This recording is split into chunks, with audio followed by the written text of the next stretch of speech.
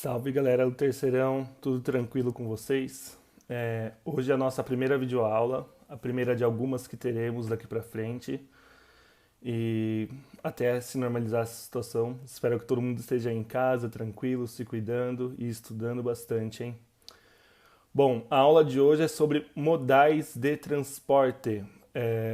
Ela se encontra a partir da página 93 da sua apostila. Eu sugiro que depois dessa videoaula você leia com mais calma aí os tópicos da apostila, mas hoje a gente vai focar aqui em dois tipos de modais.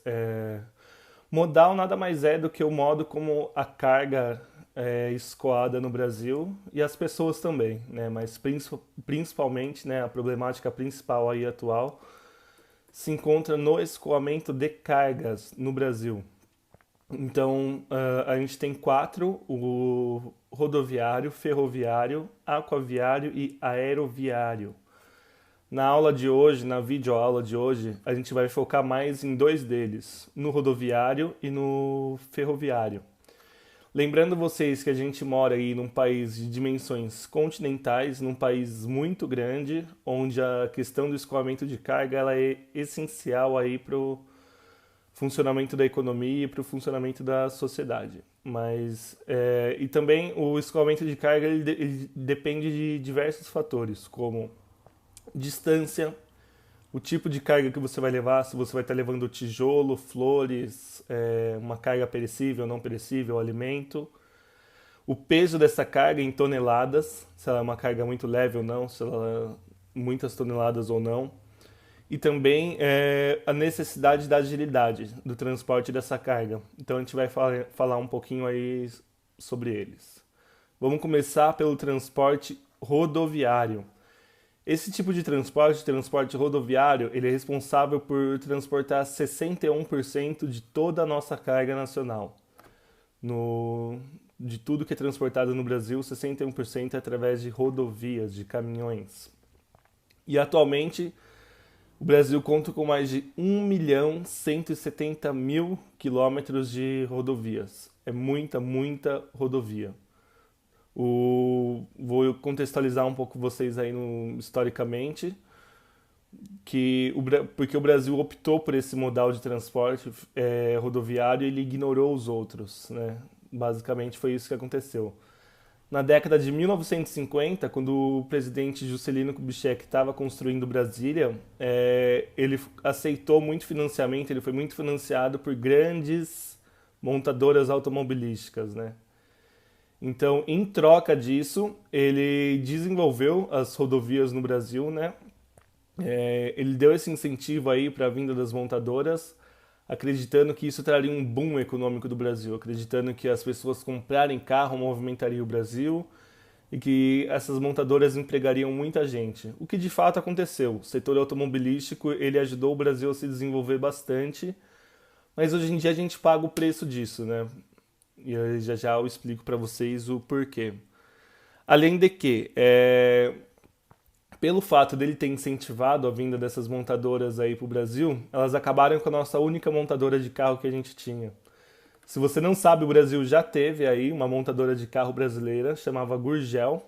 Eu vou pôr para você aqui na tela a fotinha desses carros, que eles são até charmosinhos e tudo mais, mas por falta de incentivo do governo brasileiro, pela prioridade do governo brasileiro nas montadoras estrangeiras e por não aguentar a concorrência, essa montadora acabou falindo. E hoje em dia, muitos países têm marca de carro e o Brasil não tem nenhuma marca de carro. A gente tem montadoras do mundo inteiro aqui, mas a gente não tem a nossa própria. E isso é muito triste. Mas agora, voltando para as rodovias, elas foram implementadas também pensando na integração do Brasil. Elas foram implementadas com o intuito de integrar todas as regiões do Brasil. O custo de implementação na época dela não foi dos mais baratos, mas também eles aproveitaram muitas estradas de terra que já estavam aí sem pavimentar, mas estavam abertas, pois eram usadas para o transporte aí de tração animal, de burro, cavalo, mula e tudo mais. E também, então, ele foi relativamente barato, uma vez que ele aproveitou muito desses caminhos que já estavam abertos. Porém, hoje, o custo de implementação de uma rodovia ele é bem mais caro. Mas agora a gente vai falar um pouco sobre as desvantagens do uso desse modal de transporte aqui no Brasil. Primeiro, ele tem um custo de manutenção extremamente caro mesmo. E isso acaba deixando as nossas estradas do jeito que vocês estão vendo aí na tela. É, E, claro, essa não é a realidade do estado de São Paulo, onde a maioria das estradas elas pertencem à iniciativa privada e com o dinheiro do famoso pedágio que a gente paga, acaba se mantendo aí essas estradas em boas condições e o estado também é rico, então isso ajuda muito. Mas a realidade no resto do Brasil é essa daí, estradas totalmente esburacadas e isso é muito ruim porque o caminhoneiro acaba danificando o caminhão dele, o pneu, a suspensão. Eu não sou mecânico para falar muito bem sobre o que acontece com o caminhão, mas isso eu sei que acaba com os caminhões. Acho que eu já vi uma reportagem uma vez que um caminhoneiro, às vezes numa viagem, ele acaba tendo que trocar de pneu 3, 4 vezes, porque o pneu acaba estourando várias vezes aí. Então, assim, isso encarece o preço dos produtos no Brasil, encarece o preço de você transportar cargas no Brasil. E é péssimo, né? Não é seguro, é atrasado e é muito caro para você manter isso, para você fazer essa manutenção. A gente sabe aí que os governos não vão investir muito nisso também. E mais, baixa capacidade de transporte. Hoje em dia, por mais avançado que seja um caminhão, que tem caminhão bitrem, tritrem, né? Que tem 3 carretas, sei lá o nome daquilo. Mas enfim, ele tem 3 eixos. Não sei, gente. Mas assim, vocês sabem do que eu tô falando. Ele não tem uma capacidade muito grande de escoar a carga. Então, acaba saindo muito caro aí para você ter uma quantidade grande, uma frota grande de caminhões para você escoar toda a sua carga. E a capacidade por tonelada deles é baixíssima. Então, esse é um problema sério que, juntando com o problema anterior aí do estado das estradas, encarece muito o custo de você transportar cargas no Brasil. Sem contar da alta dependência do diesel, da alta dependência do combustível fóssil aí que os caminhões têm. E qualquer reajuste no preço, qualquer crise, né, de combustíveis mundiais acaba dando um problema sério aí na questão do escoamento de cargas, porque quem vai pagar essa conta, né? O caminhoneiro acaba pagando a conta e chega uma hora que eles não aguentam, daí estoura a greve que a gente viu aí em 2017. Então aí é complicado, gente. É uma bola fora aí do Brasil essa alta dependência do transporte rodoviário.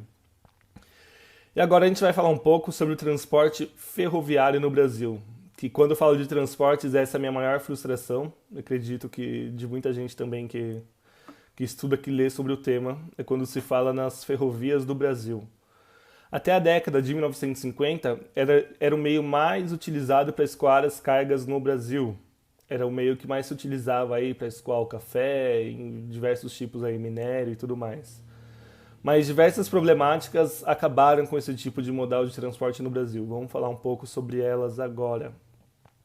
Primeira, baixa integração entre as diferentes linhas de ferro. Vamos supor que eu tivesse uma fazenda de café e eu financei a construção de uma linha de ferro aí do interior de São Paulo para Santos.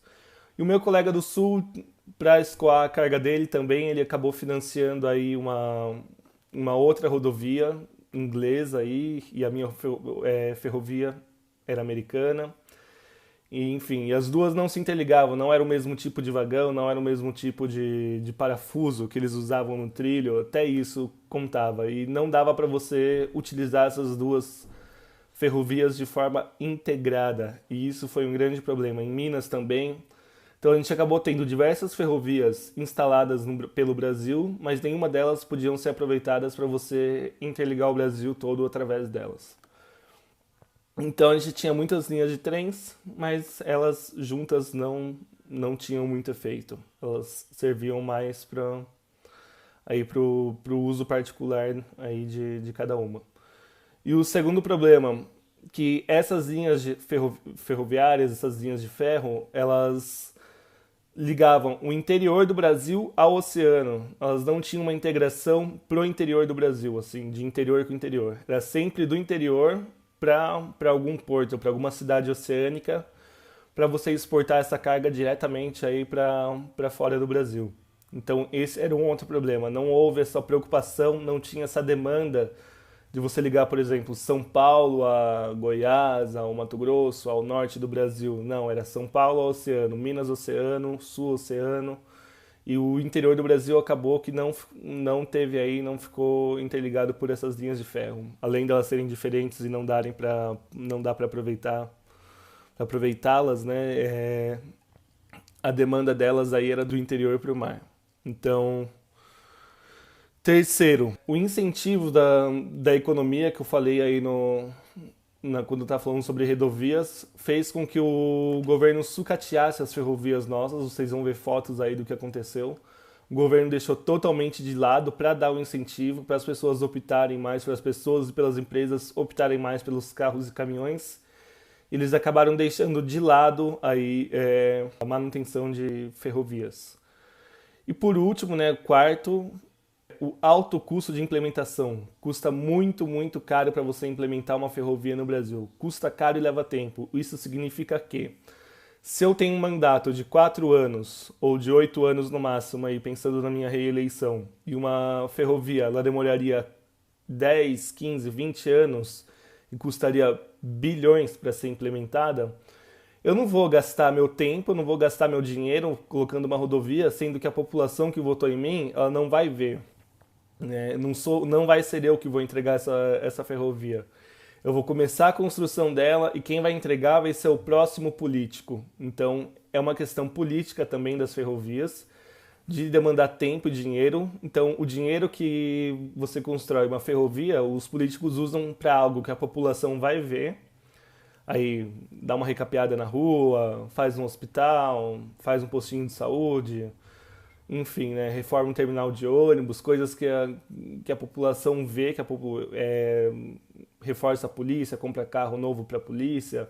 Tudo isso é coisa que a população vê no dia a dia. A construção de uma ferrovia, a população não vai ver e ela não vai dar esse valor. Então, por mais que você faça, que você avise que você está fazendo, se quando acabar o seu mandato ela não tiver sido entregue, a população vai achar que você fez pouca coisa e não vai dar esse valor. Esse é um problema. E isso acontece também com o saneamento básico. Por isso que tem áreas do Brasil que, tipo, 93% da cidade não tem saneamento básico, porque custa dinheiro, demanda tempo e as pessoas e os políticos acabam que não fazem aí esse investimento. E falar um pouco das vantagens agora de se ter um país totalmente interligado por ferrovias. Que elas têm um custo de manutenção muito baixo, é caro para você implementar, mas para você manter é muito baixo. Ela tem uma capacidade muito grande para você escoar toneladas e toneladas de carga, sei lá, de minério, de soja, de tudo que você for escoar é muito barato para você escoar por ferrovia. Elas são ecologicamente melhores do que as rodovias, né? Porque um trem ele emite bem menos poluição do que um caminhão.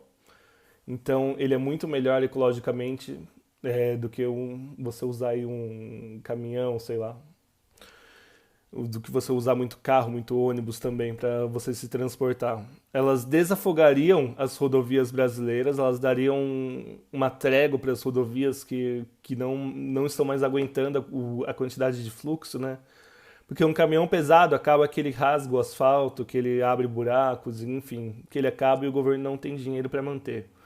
Então, você vê países como Estados Unidos, Canadá, os países da Europa, eles têm a mesma rodovia há décadas, décadas, décadas, e lá não é tudo novo, igual você vê aqui a Bandeirantes, a Anhanguera, que ela é que elas são todas novinhas, recentemente recapeadas e tudo mais. Não. Lá elas são antigas e elas ainda estão em bom estado de uso porque o governo usa bastante ferrovias para escoar carga, para escoar passageiros e tudo mais. Então, um uso de ferrovias maior, ele acabaria trazendo aí uma vantagem nesse sentido. E atualmente no Brasil, a gente tem aí 30 mil quilômetros de ferrovia contra 1.170.000 quilômetros de rodovias. Então aí está muito desigual e infelizmente a gente não vai ver um investimento forte em ferrovias tão cedo aí é, no nosso país.